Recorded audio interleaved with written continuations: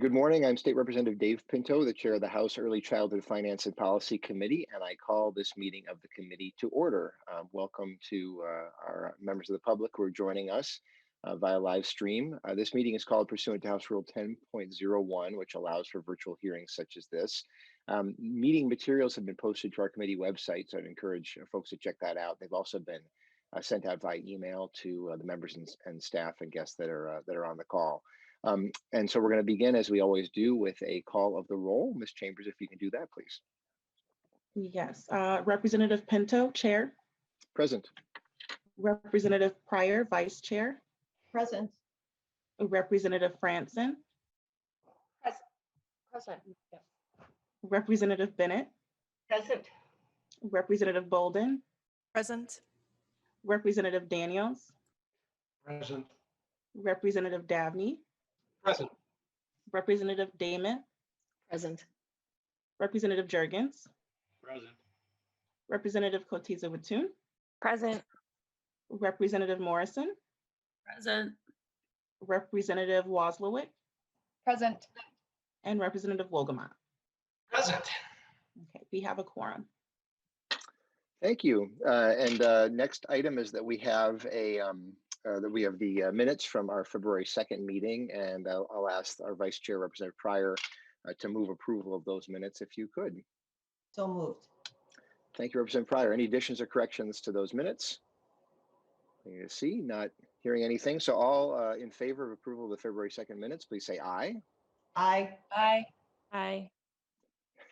And anybody saying nay. And with that, our February 2nd minutes are approved. So we will move on with some presentations. And so members, we're returning to just lay a foundation of knowledge about the programs that the committee oversees, making sure that we review that. And today we're addressing the Child Care Assistance Program, Child Development Services grants, I think I'm saying that correctly, and then Parent Aware, which I hope leads into a bit of a discussion about the broader issue of quality in early care and learning. And so I'm going to turn to our first presenter, who is Lori Pacine, to speak about the Child Care Assistance Program. And Ms. Pacine, if you can identify yourself for the record, and then please proceed. Good morning. Yes, I am Lori Pacine. I'm the manager of the Child Care Assistance Program at the Department of Human Services. And chair and members of the committee, Jennifer Sommerfeld is going to help with showing our slides, and I will go through them and tell you about the Child Care Assistance Program in Minnesota. Next slide. So the overview of child care assistance in Minnesota is that we help pay for child care while parents are working or going to school. We help ensure children are well cared for and prepared to enter school. About 30,000 children are served throughout the state. And just a little bit of the demographics, 69% of children served are children of color, American Indian children, and about 60% are 5 or younger, meaning that about 40% are school age. One question that sometimes people ask is, how is CCAP administered? The Child Care Assistance Program is, the local agencies do manage the administration of the program on a day-to-day basis. In other words, they work with families, they register the providers who serve families, and they pay the bills that providers submit for their services. So the local agencies basically determine eligibility and answer probably hundreds and thousands of questions on a daily basis around the state about how CCAP works and what families need to do to get on the program and stay on the program. And then they help providers navigate some of the administration pieces that providers have to do to continue to be paid by CCAP. So the Department of Human Services, back one slide, thanks. So what we do is we oversee the program. So we develop policies, we bring legislative ideas, of course, to the governor. We respond to ideas that others have for policies. We make sure that our federal guidance is followed. And then we help local agencies with numerous ways of issuing guidance, technical assistance, training, and materials that help them to better serve families and providers. And of course, we are the oversight body to make sure that federal, state, and county laws are followed. Okay, next slide. Thank you. In last state fiscal year, the Child Care Assistance Program provided about almost $246 million statewide of funding for direct services to families.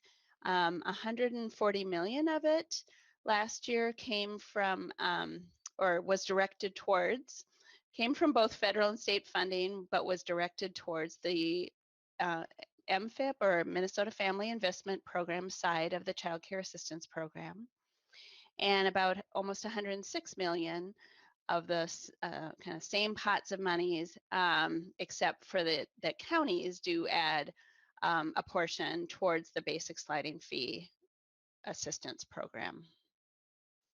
Next slide.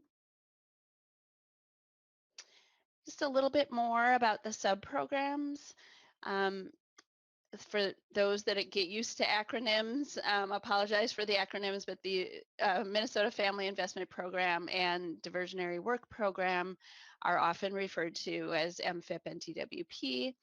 And when families enter and need childcare through that avenue, there is no waiting list because that's a forecasted program.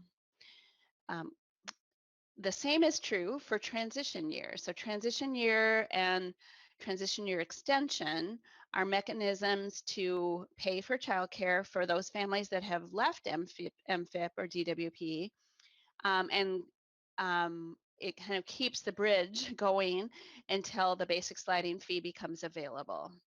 So for families who do enter via the MFIP or DWP route, they would move on to transition year. Sometimes, not always, counties have long waiting lists and the TYE is needed, which is why it's called transition year extension. And that ensures that there's no break in services for families. Then ultimately, if a family stays on longer, they are moved to the basic sliding fee, or a family that never received cash assistance through MFIP or DWP would go into the basic sliding fee program, and this is where we often have a waiting list. Next slide. One caveat to the basic sliding fee, there's a portability pool, and that is managed statewide to make sure also that when a family moves from a county to county, there is no gap in services.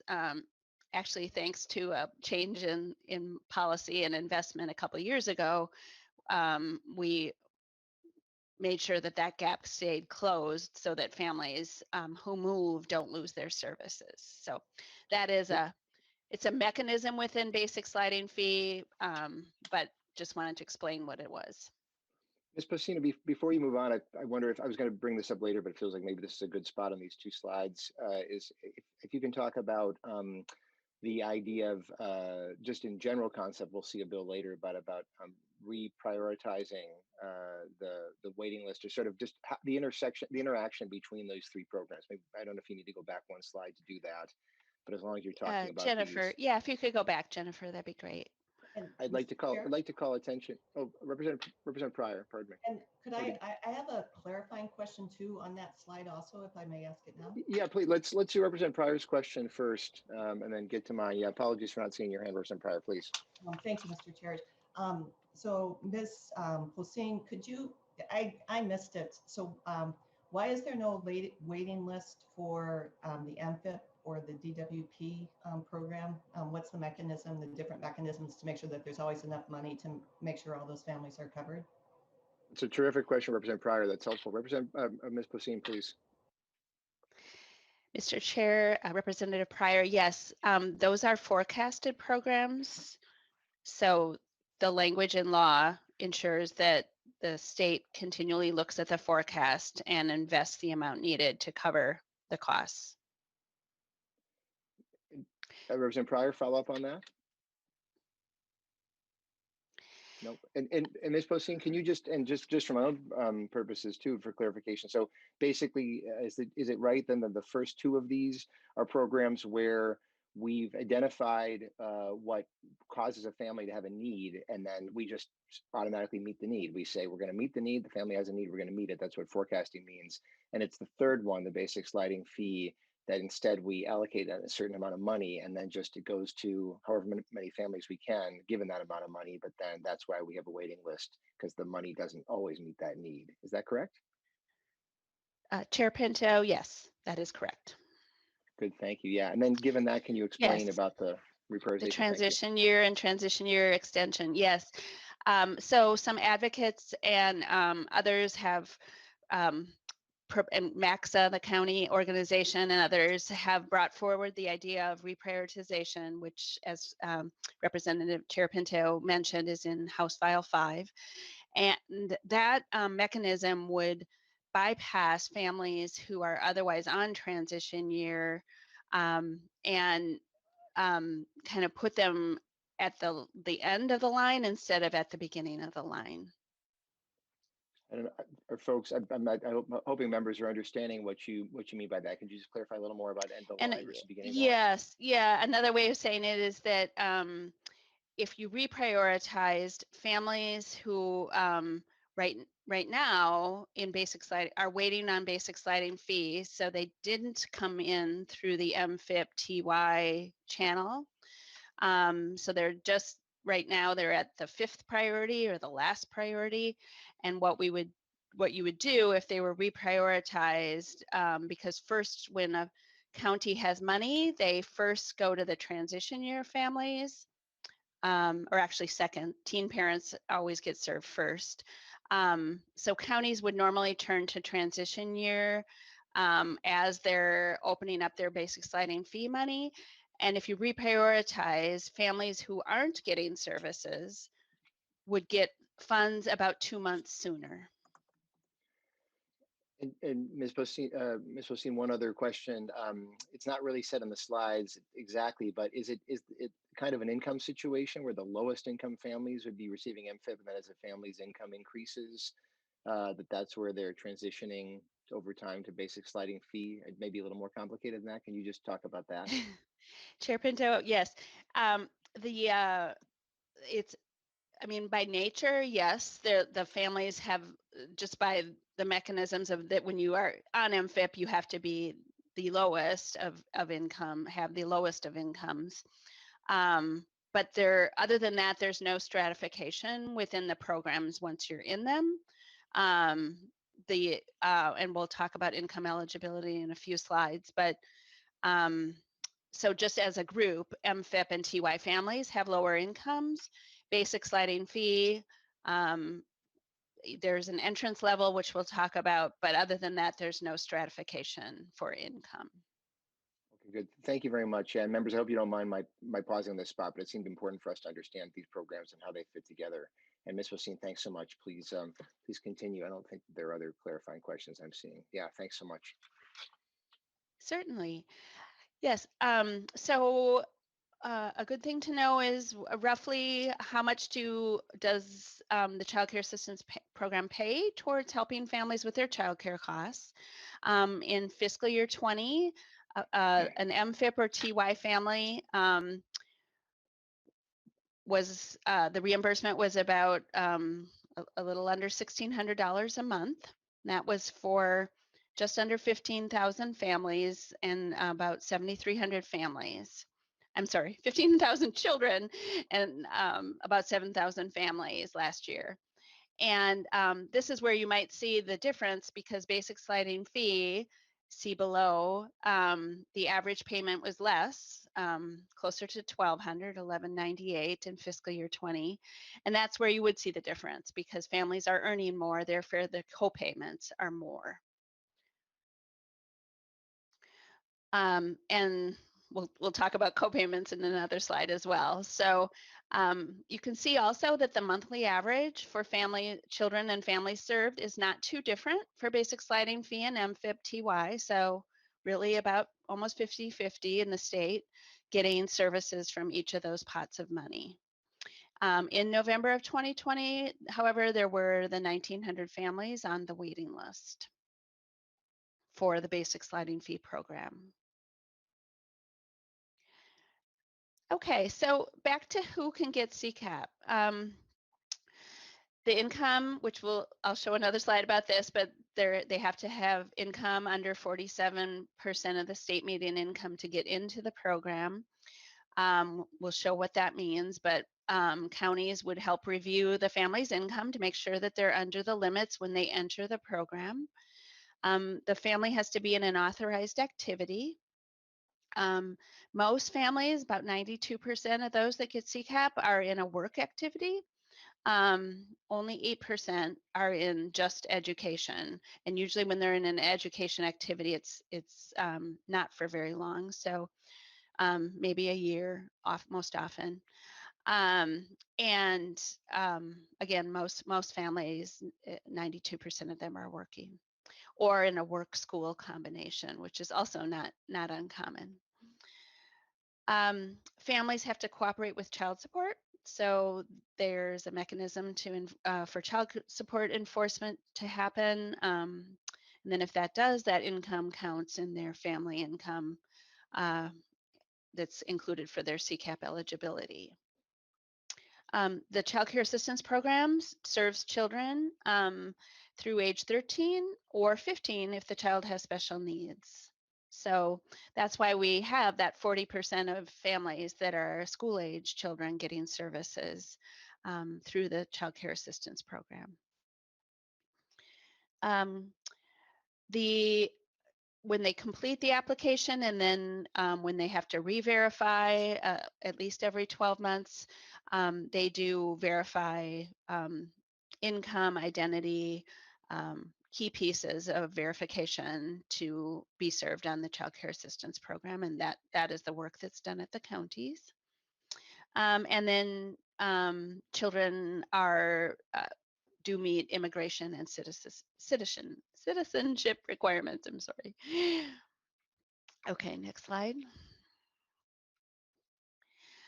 As I mentioned, income eligibility, we do look at gross family income. However, we do deduct medical expenses, medical and dental expenses, or premiums, I'm sorry, not all expenses, but premiums.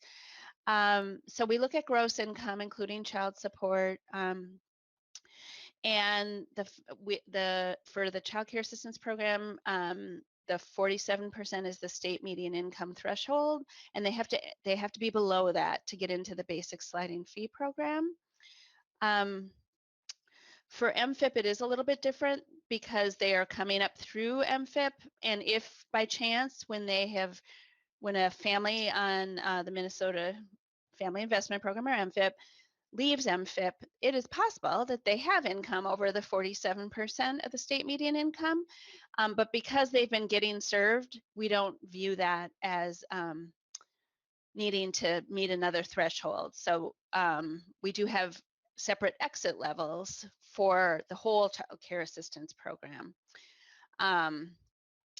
So beginning last October, just as an example, the income for a family coming in on basic sliding fee, gross income needed to be below $42,920 a year. So that might be 2 parents and a child, or it might be 1 parent, 2 children. Again, when families leave the Child Care Assistance Program, they do leave when their income goes over 67% of state median income. There was a federal clause added that we enacted a couple of years ago that if a family is in a 12-month eligibility period, their income can go as high as 85% of the state median income, but only during that 12 months.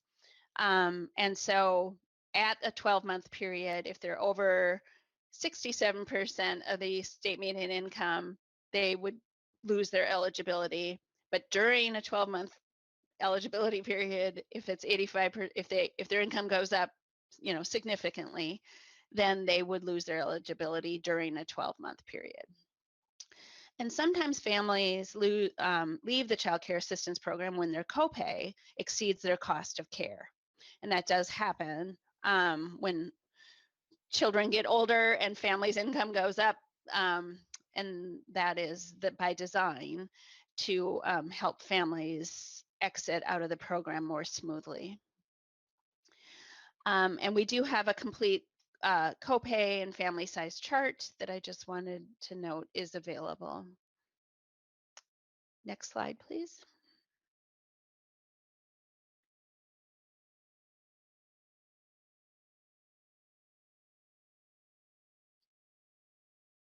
Jennifer, next slide if you're available. I think we can see the next slide, the parent copayment slide is up for us. Are we Okay, able to see that? Yeah. I just have to find it now. Okay. Okay, there we go. So all families who earn at the 75% of the federal poverty level, so really most families pay copays based on family income. And examples of that are that a family of 3 that earns $45,660 a year, so 50% of the state median income, pays biweekly $105, so a little over $200 a month. And then a family who exits MFIP and then earns $28,968, so that's the exit level as you're coming off MFIP if you're a family of 3, so like maybe you've just gotten a job. Your copay biweekly is $34. Ms. Postin, can I just ask, 75% of the federal poverty guidelines, so about how much of an income is that on that first bullet? I No, do no, not. no I do problem. not have that in please, front of me. please continue. Maybe you can just send that to us, or I just would be curious, or even if you have a sense, it may be that somebody else on the call even has a sense of what precisely the federal poverty guideline is, and we'll just figure it's 3/4 of that. Yeah, it's in these charts. I do know that. Okay, no problem. We can. Yes. And I suspect a little later in the presentation, I suspect somebody will have texted or sent it to somebody on the call. We can do it. So please continue. Okay, thank you. Okay, next slide. So to tell you more about where families choose to bring their children when they get CCAP, it's basically any legally operating child care program, and licensed centers serve child care assistance program children on a regular basis. Also licensed family child care homes. On the next slide, I have some numbers for you. And certified exempt centers, those are programs that primarily serve school-age children. So they are often located in school districts or a YMCA, Boys and Girls Club, that nature. And then family, friend, and neighbors are a small slice of who serve the child care assistance program families, but they are allowed. And when they join and are registered for the CCAP program, they also have background studies, they do some training, and they take first aid and CPR, including in their training. Okay, next slide. In state fiscal year 2020, the provider types that were registered, oh, there's a typo, sorry, to include licensed centers. So 1,180 centers serving CCAP families statewide. certified centers, 582. So together, almost 1,700 center-based kind of programs serve CCAP families. Licensed family childcare, just over 2,000. And then legal non-licensed is the small slice I was talking about of families who are family, friends, and neighbor. And we do have a complete provider profile available as well, which shows some more slices of data about the providers that serve the Child Care Assistance Program families. And members, this slide and the prior slide are a nice collection for those new to child care about the different kinds of provider types, not just those receiving CCAP, but if you think back to the boxes on the prior slide, these are the different ways that the children receive at least legal care in terms of being able to, some of them are non-licensed, but recognizing these different ways of how this can work. And can you share, Ms. Pacine, about what proportion of some of these groups are registered to receive CCAP versus are not registered to receive CCAP? If you just have a sense of that. Oh, I know. We can verify, but I'm about 85% of the center-based group are 85% of what would be available statewide otherwise. I know that is pretty close to the exact number, around 85%. Licensed family childcare, I think that's about a little over a fourth of the license. I think there's about 8,000 right now, if I remember correctly. So that sounds about right to me. Okay, good. Thank you. Thank you so much. And please, please continue. Back to the copay question, I can answer that now if you'd like. Sure, please. Relative to the 75th percentile, or when a family has income at 75% of the federal poverty guideline, a family of 3, that's about $16,290 a year. And so to clarify, Ms. Pacine, when a family of 3 is making that much, 16,000, that's when we start requiring that family to make a copay for their child care. Correct. And initially, most common, that's $5 every 2 weeks.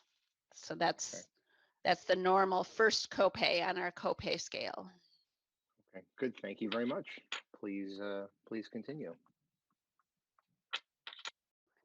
Okay, next slide, please.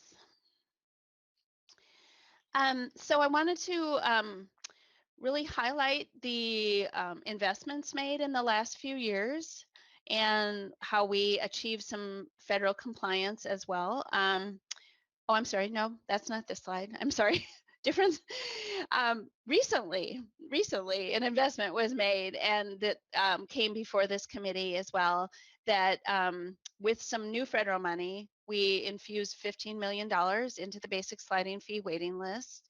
So if you recall on the other slide where I said there were 1,900 families on the waiting list in November, we have not yet checked with counties. The money was infused about 2 weeks ago. And so counties were notified and can begin accessing that money to serve families. And so we're expecting that 1,900 number to start coming down. Over the course of the 2 years where we're spreading the money out so that families that start to get served now in the next 6 months might continue into calendar year 22. So that could serve up to 780 new families. And it is estimated that 82% of the families on CCAP broadly are working in critical sectors. And again, counties just received those notices recently. Next slide, please.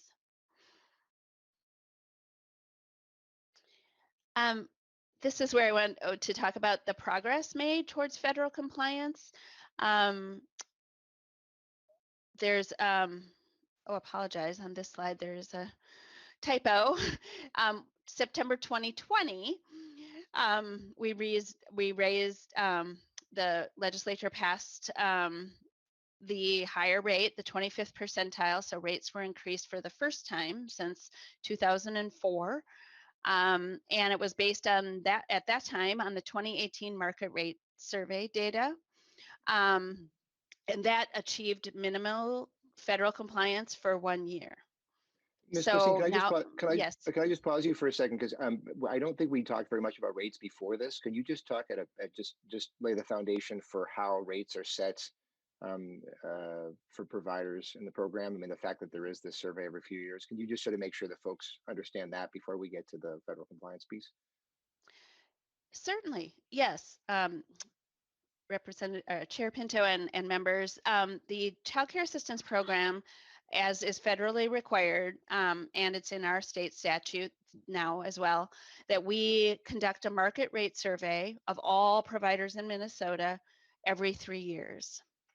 And that's a pretty rigorous, statistically sound, highly vetted process that every provider is contacted multiple times if they don't reply.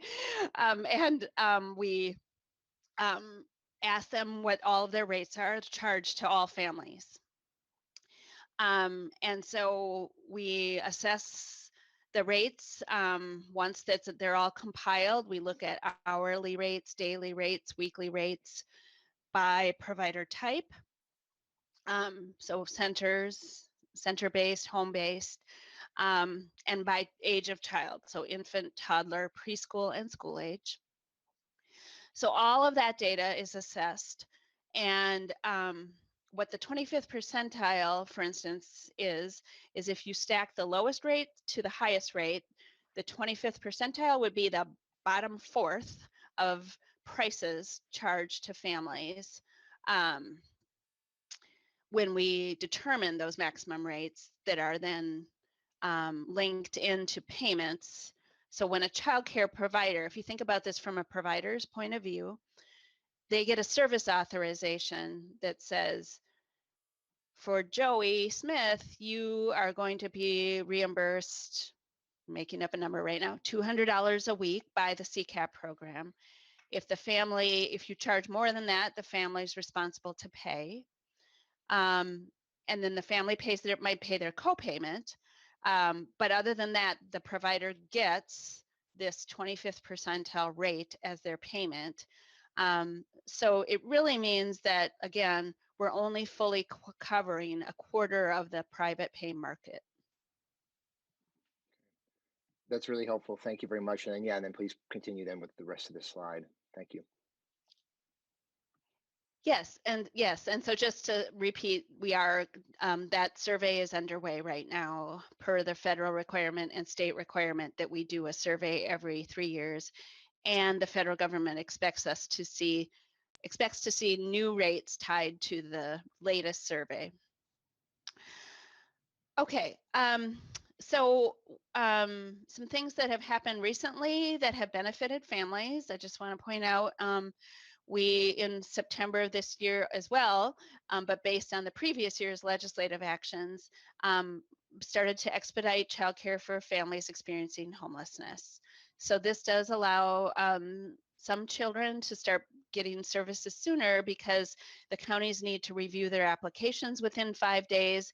And if there are missing verifications, families have up to 3 months to get them in.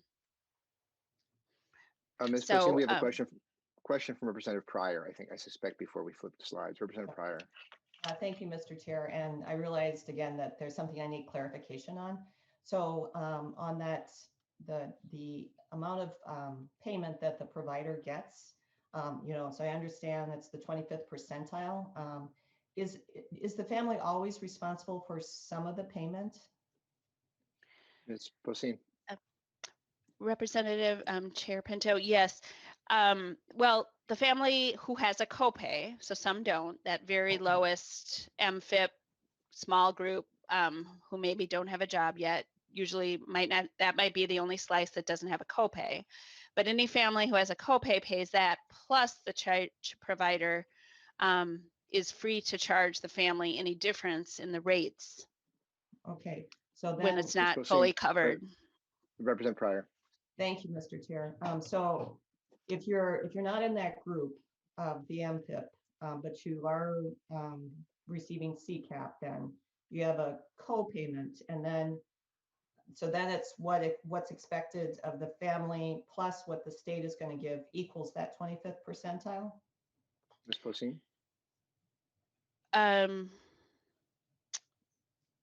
I think that's accurate. I have to think about it in another way.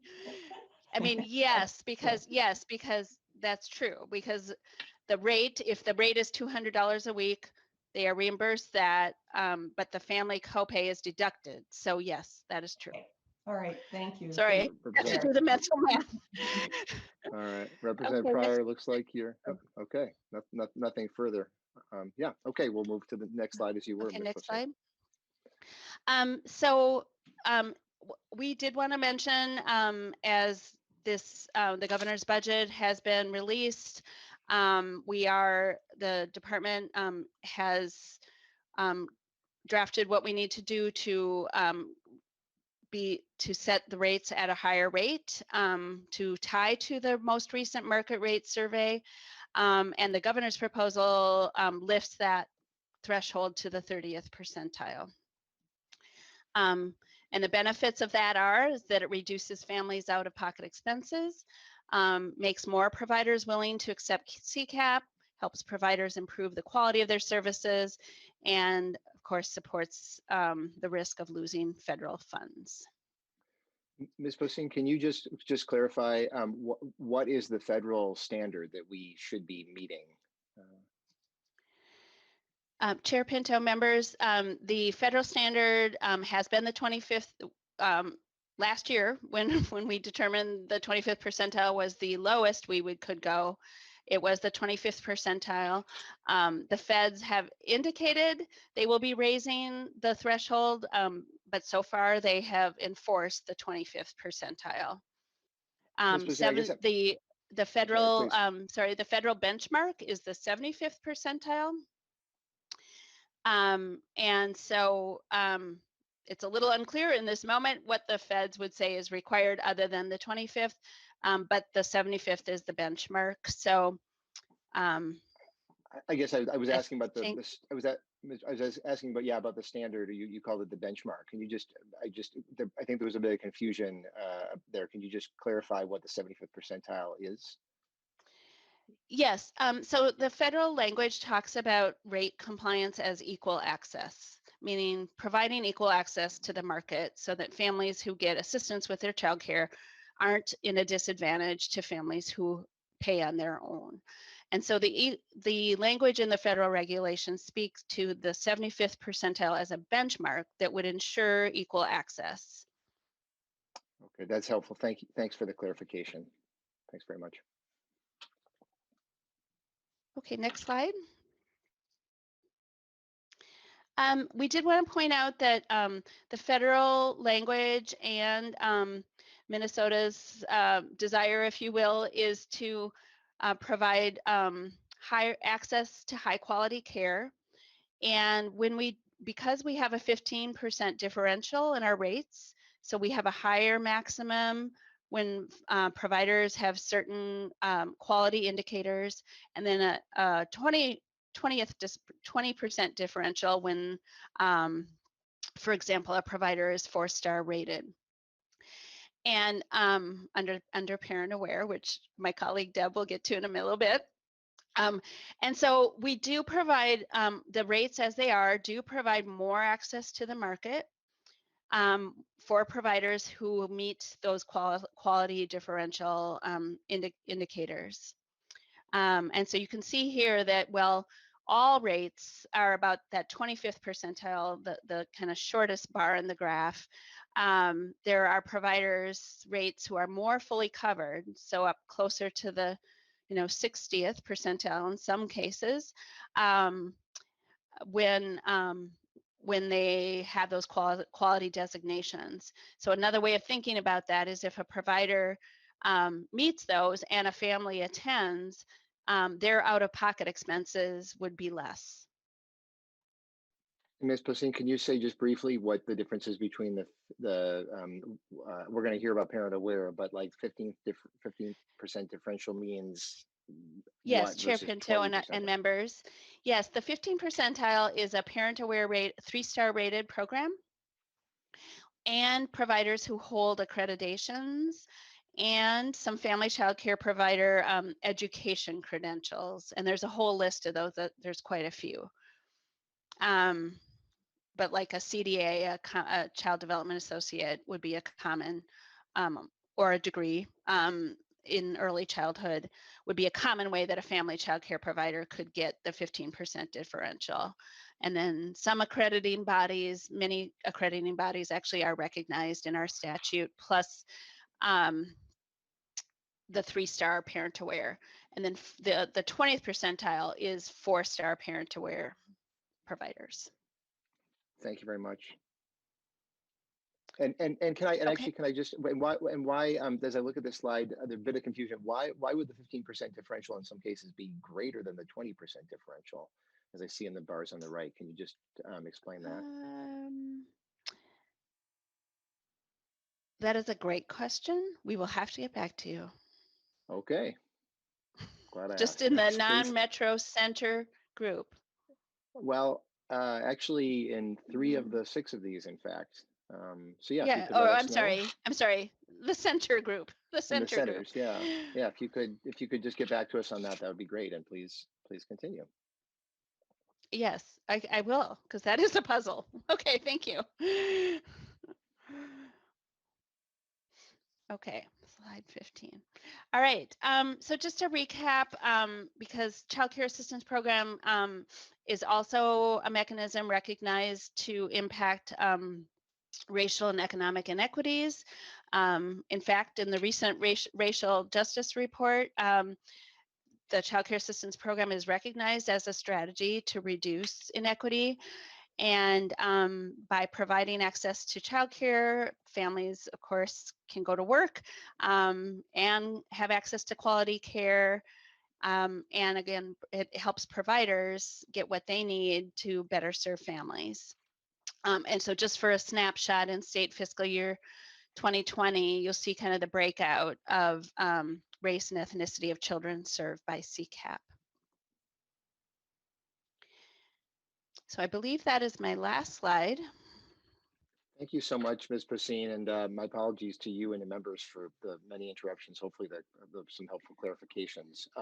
Let's Representative Bolden, please. Thank you, Mr. Chair, and thank you for that presentation, Ms. Placine. My question is around the survey of rates that is done every 3 years, I think you said. I'm wondering if you could speak at all to the trend that you're seeing with that. I'm wondering how much, like the percentage of change in those rates over time. Is that pretty steady increase? Does it stay relatively the same, or is there a big spike in increase? Can you speak at all to that? Ms. Placine. Representative Chair Pinto, I can definitely get that data.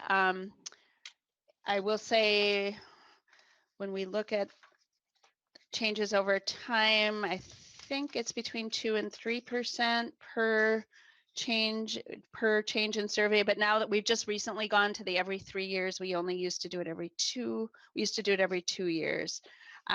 So I guess we do have data on that.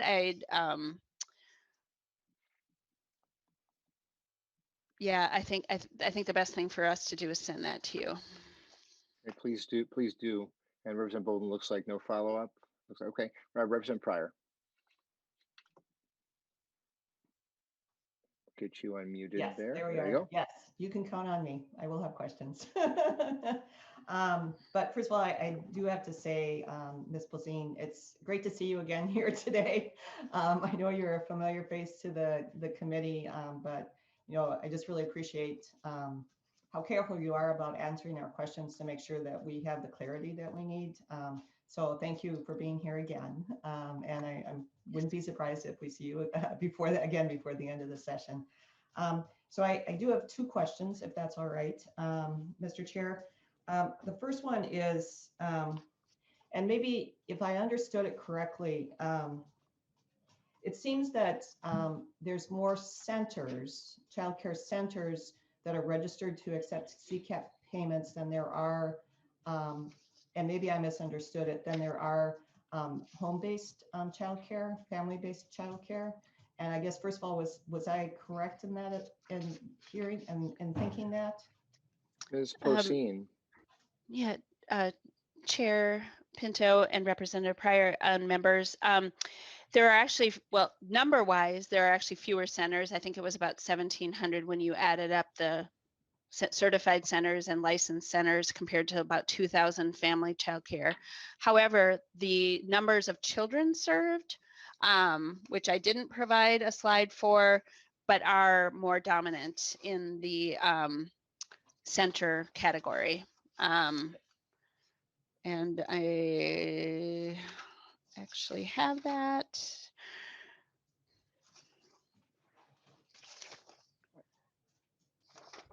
Let's see. Maybe that's something too you can Yes. send yes. to us. If, Yeah, and okay. it's Of course, exactly, right. so, Yeah. so, But, okay, but yes, there are more children proportionally in childcare centers because of the license capacity. And so we can definitely send you the actual breakout of like proportion of children across the board. And Representative Pryor, if I could just, it seems like the proportion of centers that are registered receive CCAP compared to the number that are not, proportionally, it's a much higher proportion of centers doing it. 85%, I think, was said, as opposed to like 20% of the family child care. But Representative Pryor. Right, and I guess that was the number that I was thinking of, is the proportion that are registered. And so, so I guess, yeah, to verify that, and then maybe then it's up to us as a committee to say, is that, you know, what's behind that, that homes are not signing up for doing this, but centers are, and is that about, you know, barriers for signing up, or is it because of the low rates that are offered? So I mean, I guess that's maybe a bigger question. Ms. Poseen, any thoughts on the answer to that as to why it's a much smaller proportion of our family child care providers who are signed up as opposed to our child care centers? Chair Pinto and members, we do a survey of the barriers related to CCAP. I'd have to get that data to see what the differences were between types of providers, which I'm glad to do.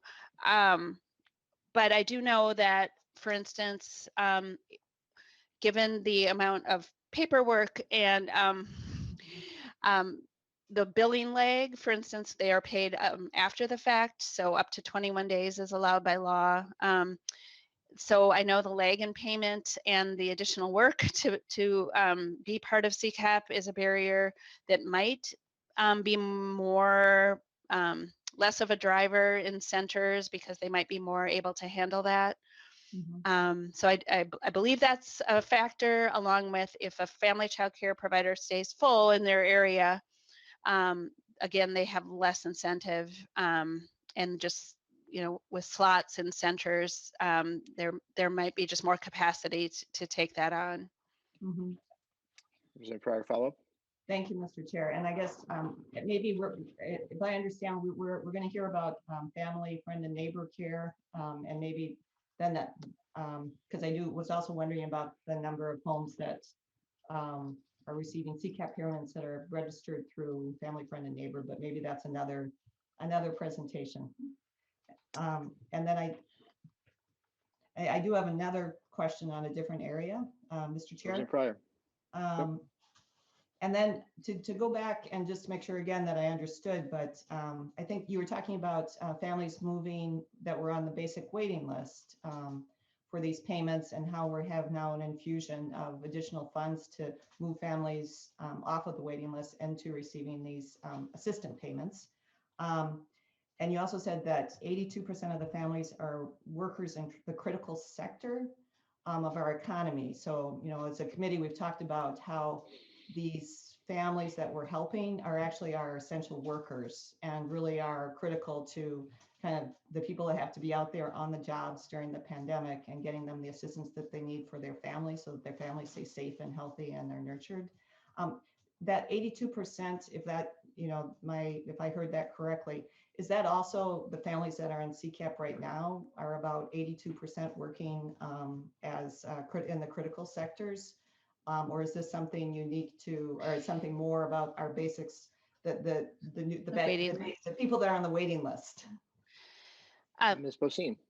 Correct, Chair Pinto and Representative Pryor members. We the 82% was based on some estimated data that we got from DEED, and that was really about families now being served by CCAP. So the expectation is just that the waiting list would mirror that, because we don't have that level of detail for the waiting list. Mm-hmm.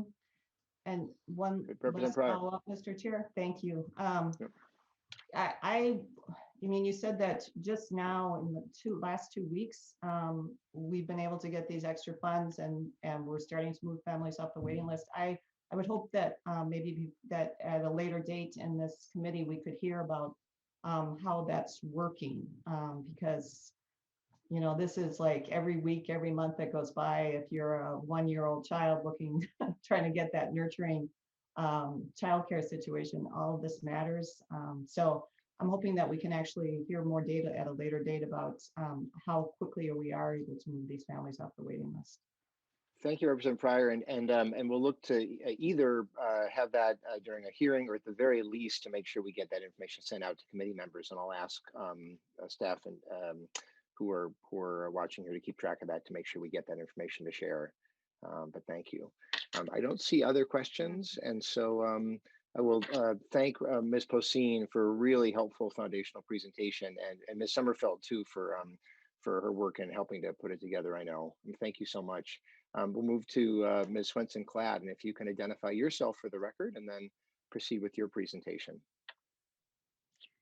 Hello, greetings, Chair Pinto and members of the committee. My name is Deb Swenson-Cladd. I'm the manager of Child Development Services at DHS. We are a sister unit to the Child Care Assistance Program, and delighted to be here today to speak to you about the child care grant programs that we oversee in Child Development Services.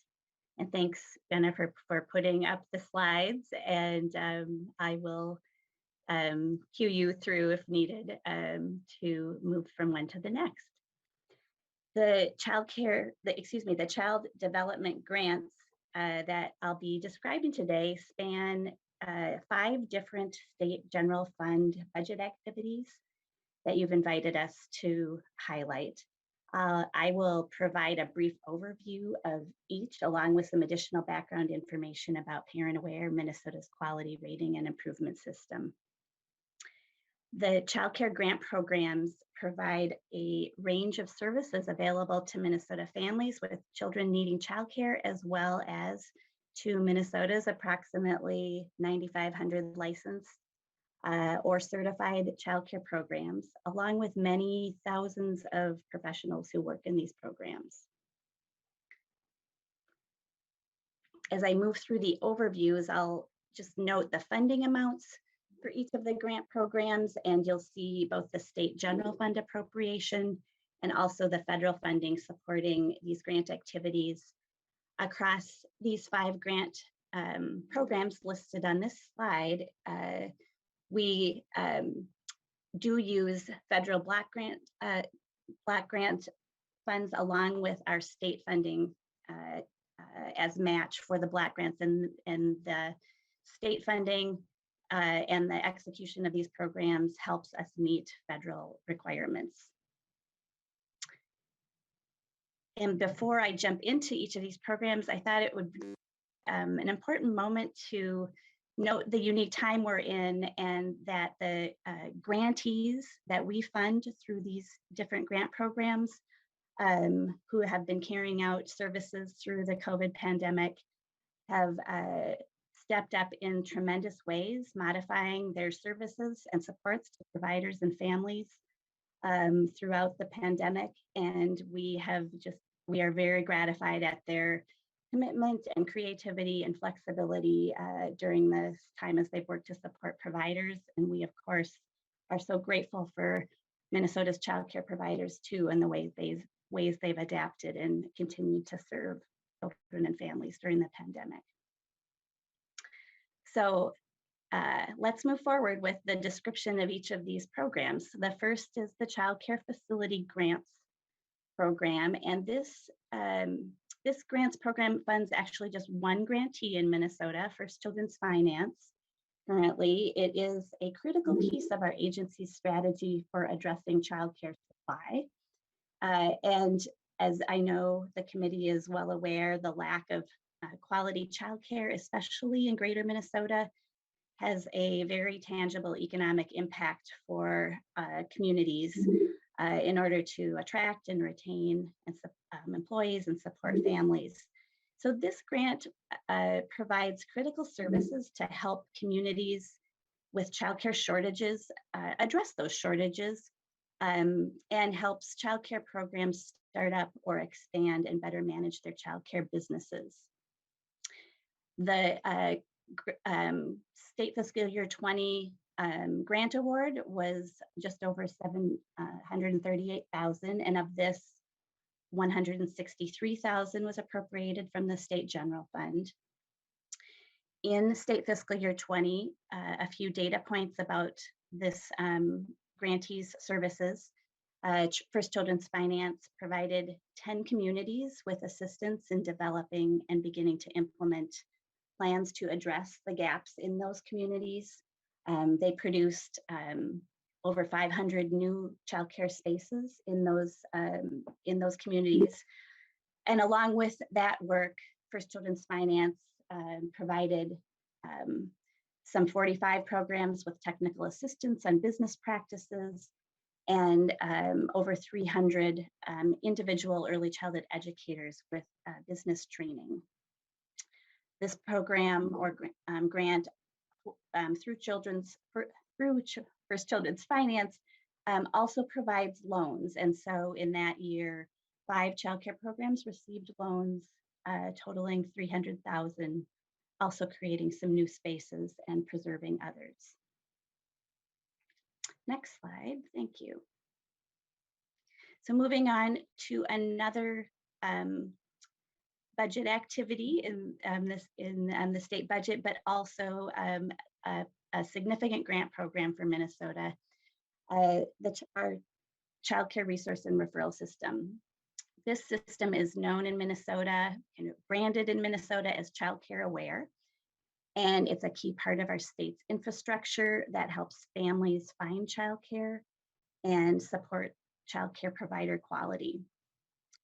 The system also plays a key role in stabilizing and supporting the childcare supply.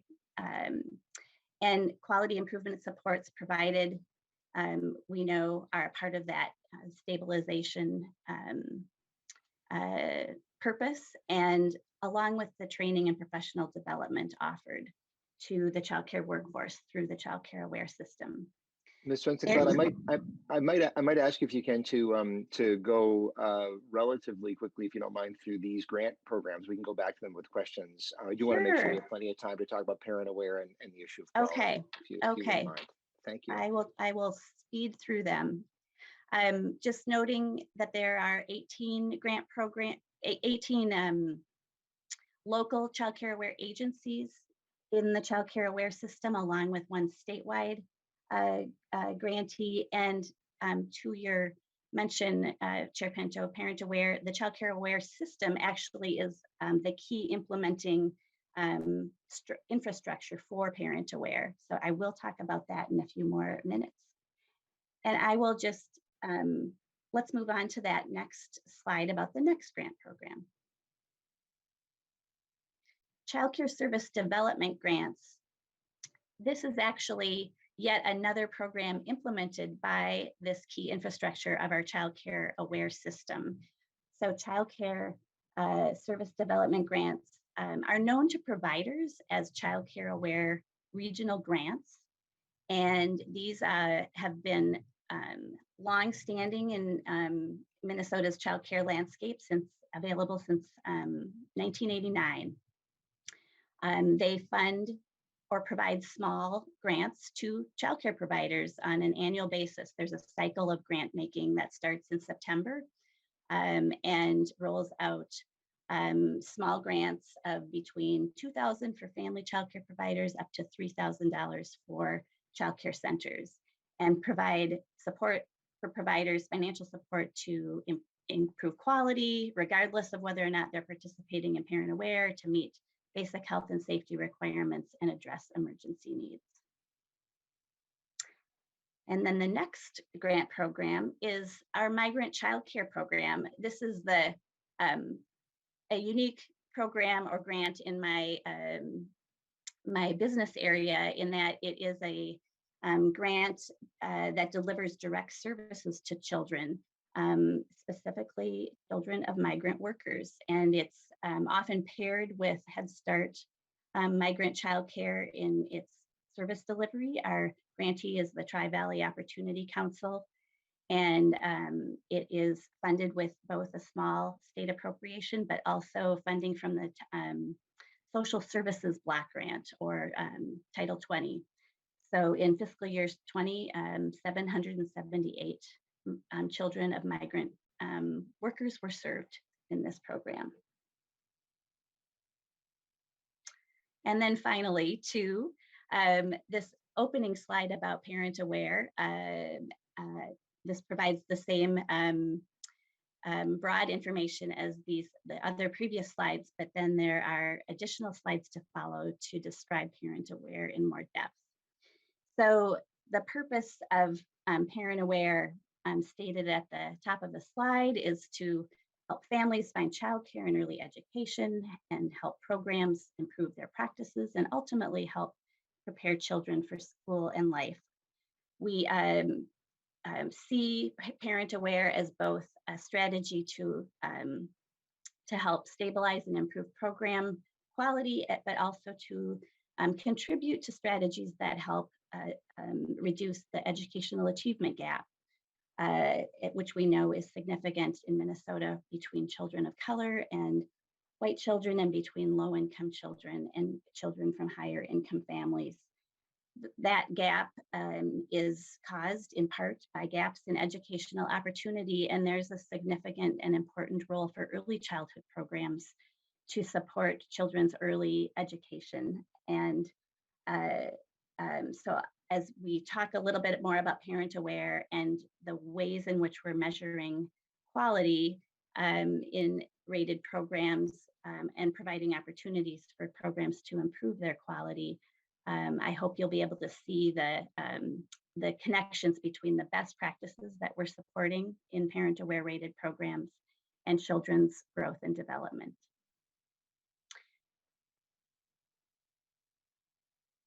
One of the important components of Parent Aware is its linkages with, as we've already heard this morning, our programs that provide financial assistance to families. So Lori provided some really helpful information about the CCAP program rate differentials for Parent Aware. But importantly, Parent Aware is also linked to the Early Learning Scholarship Program administered by the Department of Education. And indeed, for a family to use a scholarship in that program, the family must choose a program that is participating in Parent Aware. That can mean that they're currently in the process of seeking a rating and preparing for a rating, or that they do indeed hold a rating in Parent Aware. And because of these linkages, it's really critical that we have a supply of available star-rated programs and participating programs for families accessing scholarships and CCAP to choose from. Moving on to the next slide, I'd like to spend a little time describing how programs earn stars in Parent Aware. Parent Aware is again, a quality rating and improvement system, and most states across the country have a QRIS. They do vary in their in key characteristics. Some states have requirements for all licensed childcare programs to participate in their rating system. That is not the case in Minnesota. Minnesota's QRIS is voluntary. And I'd say a key marker of Parent Aware and the way we have structured it and made it available to programs is that it provides a flexible framework for those who do choose to participate. The best practices that I mentioned as driving Parent Aware quality measures and supporting Parent Aware quality measures are called our standards and indicators that childcare and early education programs strive for in order to support children's development and prepare them for school and for life. And they fall into, as you can see in our house framework, a set of categories with health and well-being, standards and indicators being foundational, along with best practices around teaching and relationships with families, assessment and planning for each child, and practices around professionalism of those who are working in these settings. While Parent Aware does use a common set of standards, it is not a checklist or a one-size-fits-all approach. Again, we try to provide flexibility because we know that it supports innovation and creativity and continuous quality improvement. And we recognize that different types of programs look different across settings and may want to pursue a different pathway to achieve a rating. So to say a few words about those pathways to achieve a rating, they do vary by the program type. And this might be a nod back to Lori's slide and your comments, Chair Pinto, about the different types of programs, early childhood programs in Minnesota.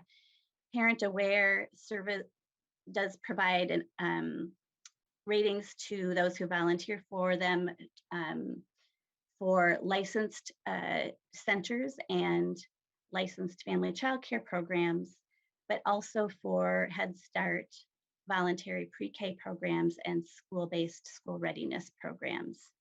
And so the pathways that I'll just say another word about do vary for those different program types, including for childcare programs that might seek a national accreditation, which is not uncommon, especially among childcare centers. So for licensed childcare programs that do not have that national accreditation in hand, the pathway to receive a Parent Aware rating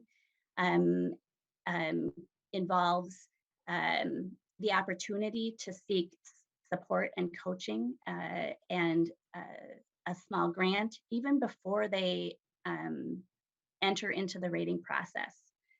And I'll say a few more words about that in another slide. But then once moving into the rating process, that childcare program, whether center or family childcare provider, has an opportunity to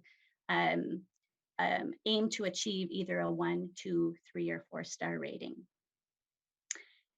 A different pathway for programs that are accredited, again, as licensed providers, childcare providers, or a Head Start program or a school-based program are our accelerated or automatic pathways to a rating. And for these programs, the commonality is that they're all meeting standards set by another body outside of Parent Aware.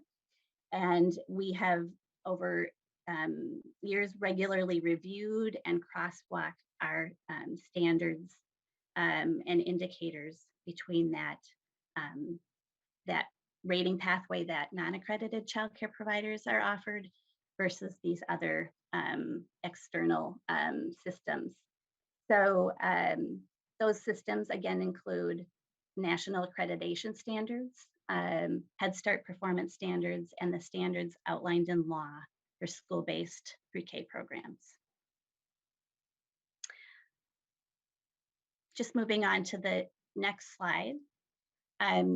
This slide just says a few words about, and allows me to say a few words about the coaching grants and training available to the childcare providers who do not have that national accreditation and who are seeking a 1, 2, 3, or 4-star rating. A key part of a quality rating and improvement system is the I in the QRIS, the improvement supports. And here in Minnesota, we offer coaching through our Child Care Aware system. So this means an individual who is a quality coach, like Karen Bradley, whose photo is here on the screen, provides direct support and individualized support to the provider as they get ready for a rating and as they go through the rating process. This quality coaching service is highly valued by those who've received it. We get great participant satisfaction rankings for the quality coach services we provide. And those same agencies that employ our quality coaches also are delivering training to childcare providers across the state. And they have also staff in each local agency called a professional development advisor, who, when a program is entering into the rating process, can work with for instance, the child care center director, or an individual family child care provider to map out their professional development needs and training needs as they relate to Parent Aware and as they relate to licensing requirements as well. And then a final really key and important part of our improvement supports are our grants. So for participating programs, we have grants that can support and provide incentives to participation, including a $1,000 grant available to those who are just preparing for that rating process in the months preceding beginning a full rating, and then from $1,500 to $4,000 grants once a rating is achieved based on the star rating level. I'd like to get to questions in the next minute or two if we can. If you Okay. can wrap up. Yeah, thanks. Okay. I just actually have 2 more slides to highlight a few data points, including on this slide, the growth in Parent Aware participation by numbers of rated programs. So noting that as of December of 2020, we see over 1,700 center-based programs and over 1,200 family child care programs participating or holding a Parent Aware rating. I'm happy to say more about that if you're interested. And then with respect to the children served in Parent Aware rated programs, as of today, we see over 97,000 Minnesota children attending a Parent Aware rated program. Because one critical purpose of Parent Aware is addressing that achievement gap, we track very closely how many children receiving child care assistance attend a Parent Aware rated program. And some years back established a goal of increasing that percentage over time with the aim of reaching 65% of CCAP children being served in a rated program. And we've actually exceeded that goal. Today, 68% of children receiving child care assistance ages 0 to 5 attend a Parent Aware rated program. So with that, Chair Pinto, I'm happy to take questions. And thank you so much, Ms. Swenson-Klatt. Thank you for putting that together, and thanks for your patience for accommodating us. We just want to be sure, just in case there were a number of questions. There may not be too many. I'll ask members, please raise hands, and as you do, I'll just ask a couple things while waiting for anybody else to have questions. Can you talk about the reason that there are, again, there's a relatively small proportion of our family child care providers participating? Do you have data or information as to that? And then Representative Pryor, I'll call on you after that. Ms. Swenson-Klatt. Mr. Chair, members of the committee, yes. I think that some of Lori's comments about family child care participation in CCAP are relevant to Parent Aware as well, in that, of course, both programs do require effort on the part of the provider, and for family child care providers, they're in a unique role in comparison to child care centers, being individuals on their own, working long days, providing direct care individually or maybe with another staff person or two, but without some of the infrastructure that a child care center can perhaps provide in terms of handling the paperwork, documentation needed for a Parent Aware rating. That said, or importantly, the Family Child Care Task Force, which I know some members of the committee have served on and has just wrapped up its work, had as a duty to examine barriers to family child care provider participation, and came up with, identified some really wonderful recommendations, a number of which are administrative in nature, and have certainly been ones that we've been pursuing, but have provided, I think, some new and really helpful direction for DHS, but also our grantees and partners to pursue to remove barriers. That's helpful. Thank you. And I guess I'll certainly invite Representative Waslowick, the co-chair of the task force, Representative Damon, who's on it, if you have any insights on this right now, or we can save that for when we talk about the Family Child Care Task Force. In the meantime, Representative Pryor. Right. Thank you, Mr. Chair. And I guess my question is, one question I have is, it sounds like there was, something that worked very well when you talked about the number of children that were part of the CCAP program, families that were receiving this child care assistance, and that they were moving into these high quality programs where people have training, they have coaching, that we know that the nurturing that we need to be there in these programs exists. So, and what were the strategies to accomplish that? I mean, you set the goal, but then there had been some follow through to actually make it happen. So could you talk a little bit about the strategies that led to that success? Ms. Swenson-Klatt. Mr. Chair, Representative Pryor, that's a great question. I think one of the key strategies that comes to mind is ties back to our Child Care Aware system of resource and referral agencies, who are our key implementation partners in supporting Parent Aware. And one role that I did not identify in the slides, but that is an important piece of the Parent Aware implementation, is that we do have at least up to one individual, in some cases full-time, in some cases part-time, in each district of the state, who is a recruiter for Parent Aware. So they sit in these local grantee organizations along with the quality coaches and the professional development advisors. And that recruiter position has been supported and driven by strategies to, at different points in Parent Aware's history, reach out intensively to providers serving children receiving CCAP. So we're making that connection on the ground, and providers, of course,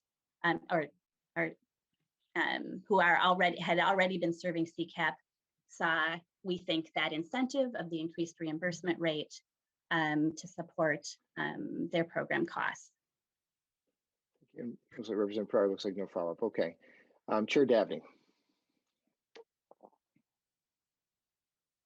Thank you, There we Mr. go. Chair. And Ms. Swenson-Clatt, let me start with an apology.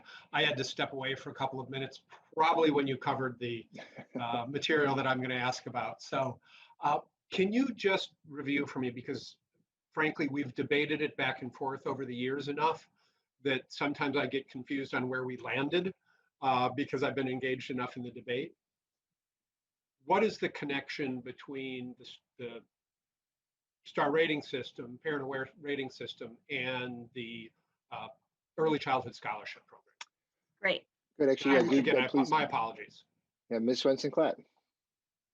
We can maybe bring that slide. I think it's actually very foundational. Let's bring that slide back up, actually, perhaps, if we can. And if that's possible, Ms. Sommerfeld. There we go. Yes. So Chair Pinto, Representative Dabney, thank you for that question.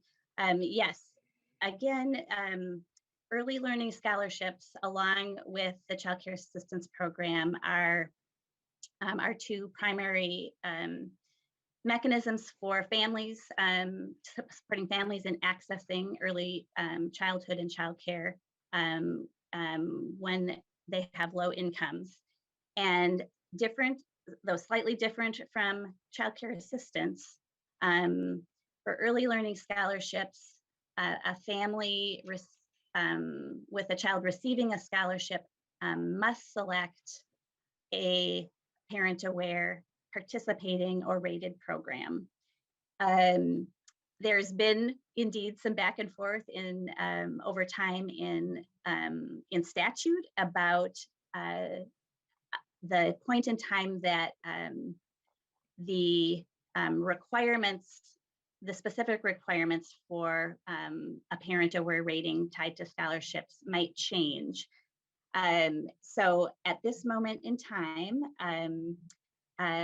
Minnesota statute was modified to say that as of now, a program that is participating in Parent Aware, getting ready for a rating, or holding a 1, 2, 3, or 4-star rating are the types of programs available to parents with scholarships. As of, I believe, July 1, 2024, there will be a change in statute that would require that only 3- and 4-star or 4-star rated programs would be available to parents holding a scholarship. So that date has moved back and forth a couple of times in statute as the legislature and our stakeholders have, I think, navigated the realities of the supply of rated programs, not wanting to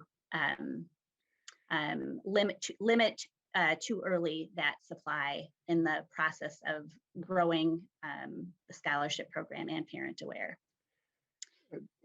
Chair Dabney. Thank you for cleaning out some of the cobwebs in my brain. I appreciate that. Thank you, Mr. Chair. So, thank you, Chair Dabney. And let's see here. And I just wanted to verify then, Ms. Swenson-Clatt, for myself, maybe for others as well, that states throughout the country have these quality rating and improvement systems. Our version of it is Parent Aware. We of course want enriching experiences for kids, for children, and the way of measuring that quality in our state is this program called Parent Aware, as you've described. Me. First of all, am I kind of saying that correctly? Mr. Chair, yes, I believe so. Yes. Okay. And you pointed out that there are other ways that other states do it, and you say in some states it's mandatory, and that other ways of having a QRIS. This happens to be the one that we've been using. But is that correct? Mr. Chair, that's correct. I know I noted that one type of variation in quality rating systems across the country is the voluntary or mandatory nature of it. I think I mentioned there are states that require that really build their quality rating and improvement system into licensing. So one is, by virtue of becoming licensed one in some states, you are, for instance, for example, holding a 1-star rating with then the opportunity to move up voluntarily. Other states, including our neighboring state, Wisconsin, for example, have an approach that is mandatory for CCAP participating programs. So another design. And then there's wide variation in approaches to the number of star rating levels, the standards and indicators that a state chooses to move forward with, driven by the particular needs and circumstances and kind of missions and visions of each state. But I think there's generally so Minnesota's 4-star level rating system that's available for our childcare providers is one that probably is kind of middle of the road in terms of the number of rating levels. We have really strived for a balance of simplicity along with a robust tie to the best practices that support children's development. Thank you very much. I'm not seeing other questions. I'll maybe just note. Well, I'm sorry. You know what? Correction. Representative Wozlowick, swinging on in. We'll call on you. We'll have you be the last one, Representative Wozlowick. Thanks, Mr. Chair. Not a question, just to your point and Deb's point earlier about the parent aware sort of recommendations. There is a whole host of recommendations in the most recent Family Child Care Task Force report, and one of those is about streamlining paperwork.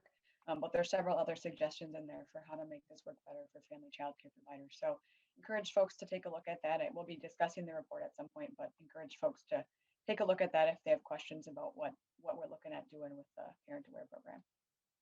Thank you very much, Representative Wozlowick. And I guess I'll just try to tie in our last couple of weeks with this quality conversation, just to point out that you know, we now have seen in our presentations how important it is that that children have enriching experiences, these nurturing relationships, et cetera. So the quality really does matter, right? That it's not just the child is someplace and then returns home you know, physically safe, but there actually be an enriching experience there. We have such amazing childcare providers doing that work. I guess I'm just thinking about what we heard on Tuesday, that with the incredibly low pay, the lowest wages of any occupation required a high school diploma, and the one that really jumped out at me was that 1/4 of childcare providers are concerned about feeding their own family. And it seems to me like it'd be pretty hard to provide a high quality experience for a child, however it's measured, if you have those concerns. So this is really helpful to understand how things are working. And thank you so much, Ms. Swenson-Klatt, for your presentation, and to Ms. Possin for yours, and again to Ms. Sommerfeld from DHS putting this all together. So members, we're still pulling together a few details for next week, so look for your email, and members of the public as well, regarding the details of those hearings. Thank you so much. Have a great weekend, and we are adjourned. Thank you.